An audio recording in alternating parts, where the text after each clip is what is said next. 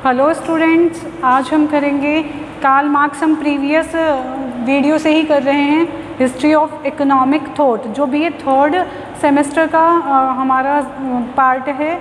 उसमें Karl Marx की रचनाएं और कार्ल मार्क्स को प्रभावित करने वाले जो तत्व थे या घटक थे, आज हम उन्हें डिस्कस करेंगे। इसके साथ ही साथ आज ही हम कार्ल मार्क्स के जो विचार हैं, आर्थिक विचार, वो भी नेक्स्ट वीडियो में आज ही कंप्लीट कर लेंगे। चलिए स्टार्ट करते हैं। कार्ल मार्क्स की रचनाएं। कार्ल मार्क्स की जो फेमस रचनाएं हैं वो ये 5 फेमस रचनाएं हैं।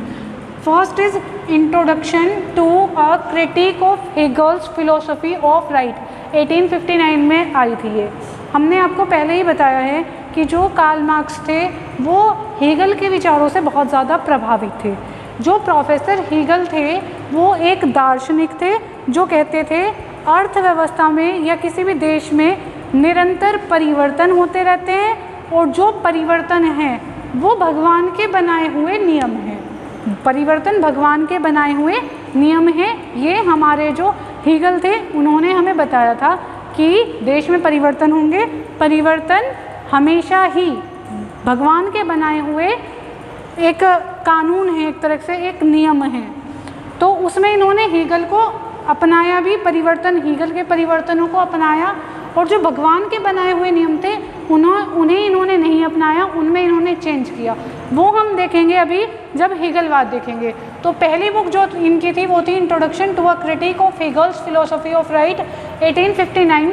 दूसरी बुक थी इनकी द पॉवर्टी ऑफ फिलोसफी, 1847 में आई है। थर्ड बुक थी इनकी कम्युनिस्ट मैनिफेस्टो, ये मोस्ट इम्पोर्टेंट कम्युनिस्ट मैनिफेस्टो जो 1848 में आया, उसमें इन्होंने समाजवाद की जो बीज था, समाजवाद का बीज बो दिया था। समाजवाद के बारे में इन्होंने बात करनी शुरू कर दी थी। यहाँ तक ये परिवर्तनों को मान रहे थे, लेकिन यहाँ इन्होंने कहा परिवर्तन होते हैं, हर एक इकोनॉमी में होंगे, लेकिन वो परिवर्तन भगवान द्वारा नहीं, स्वयं एक जो उत्पादनकर्ता होता है, उत्पादनकर्ता के द्वारा बनाए हुए होते हैं। फिर इनकी जो नेक्स्ट बुक आई वो थी discourse upon the question of free exchange, जो हमारा एक्सचेंज रेट होती है उसके बारे में ये बुक थी, discourse upon the question of free exchange, कि जो एक्सचेंज होता है, जो आदान प्रदान होता है, या जो विनिमय, एक्सचेंज को हिंदी में कहते हैं स्वतंत्र विनिमय। फ्री एक्सचेंज हो गया हमारा स्वतंत्र विनिमय। जो हमारा स्वतंत्र विनिमय होता है वो विनिमय स्वतंत्र होना चाहिए। इन्होंने बताया कि विनिमय स्वतंत्र होना चाहिए, उसमें किसी भी सरकार का हस्तक्षेप नहीं होना चाहिए। आयात और निर्यात जो होते हैं, जो भी निर्यात करते हैं, जो कोई देश आयात करता है, उस पर कोई भी रिस्ट्रिक्शन नहीं होनी चाहिए, कोई भी बाउंडेशन नहीं होनी चाहिए। इनका मोस्ट इम्पोर्टेंट बुक जो थी वो थी दास कैपिटल, जिसके 3 वॉल्यूम हैं, वॉल्यूम 1, वॉल्यूम 2, 3 और 4। वॉल्यूम 1 आता है 1867 में, दास कैपिटल का वॉल्यूम 1 1867 में आता है, जो कार्ल मार्क्स ने ही लिखा है। कार्ल मार्क्स ने ही लिखा है।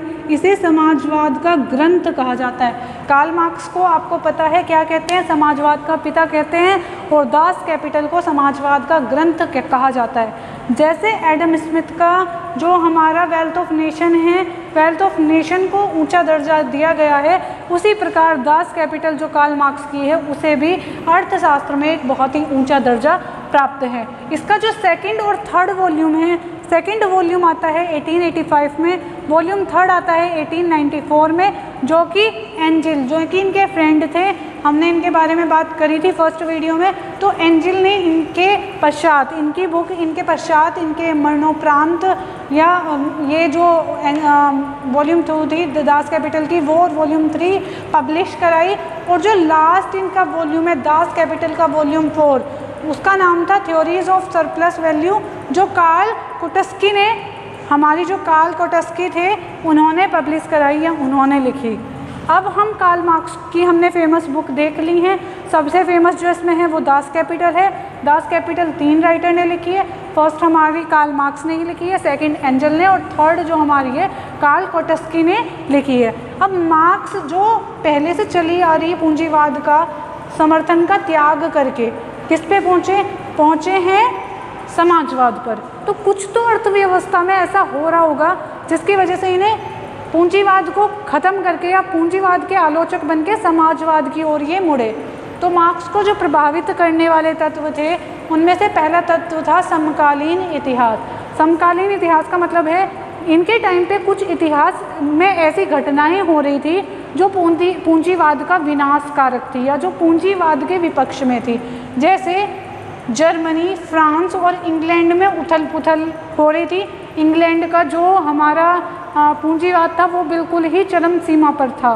तो इन सभी देशों में आंदोलन शुरू हो गए थे पूंजीवाद के खिलाफ। जब पूंजीवाद के खिलाफ आंदोलन होने लगे तो श्रमिक आंदोलन में कार्ल मार्क्स ने भी भाग लिया और ये जो घटनाएं थी इन्होंने कार्ल मार्क्स को पूंजीवाद का प्रमुख आलोचक बना दिया और समाजवाद का प्रमुख समर्थक या समाजवाद का उदय करने वाला एक इकोनॉमिस्ट बना दिया। उसके बाद हेगलवाद हम कई बार पढ़ चुके हैं, अभी हमने बात कर ली है कि हेगल ने दिया था क्रिया प्रतिक्रिया। निरंतर हमारे अर्थव्यवस्था में या प्रकृति में नियंत्रण क्रिया प्रतिक्रिया चलती रहती है और वही क्रिया प्रतिक्रिया समाज द्वारा नहीं बनाई जाती, वो भगवान द्वारा बनाई जाती है, ये कहा था हेगलवाद ने। तो क्रिया प्रतिक्रिया को तो अपनाया मार्क्स ने। उन्होंने आदर्शवाद, आदर्श मतलब भगवान को मानना, उसका तिरस्कार करके भौतिकवाद को माना। कार्ल मार्क्स कहते हैं क्रिया प्रतिक्रिया सदैव होती रहती है। जो क्रिया होती है, क्रिया और उसकी प्रतिक्रिया उत्पादक द्वारा बनाई जाती है। उत्पादक क्या करता है? उत्पादक जब श्रमिकों का बहुत ज़्यादा शोषण करने लगता है तब उसकी प्रतिक्रिया श्रमिक करने लगते हैं और आंदोलन करने लगते हैं, जिसके फलस्वरूप एक नई तरह की जो हमारी इकोनॉमी है उसका उदय होता है, जिसे समाजवाद कहा जाता है। क्रिया है, जो क्रिया है वो हमेशा उत्पादक करेगा, उसकी प्रतिक्रिया श्रमिक देते हैं और उस क्रिया प्रतिक्रिया के फलस्वरूप एक नई तरह की ही इकोनॉमी हमारे सामने आ जाती है। उसके बाद भौतिकवाद, जो भौतिकवाद यहाँ पर है ये वही है। भौतिकवाद का मतलब होता है कि कुछ भी ईश्वर का बनाया हुआ नहीं है, ईश्वर ने केवल इंसान को बनाया है।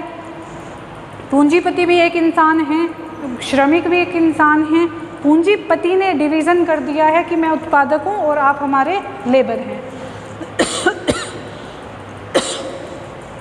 Lorentz von Stein, Lorenz von Stein 1855 से 1888 तक वियना विश्वविद्यालय में प्रोफेसर रहे, जिनके विचारों का कार्ल मार्क्स पर प्रत्यक्ष रूप से प्रभाव देखने को मिलता है।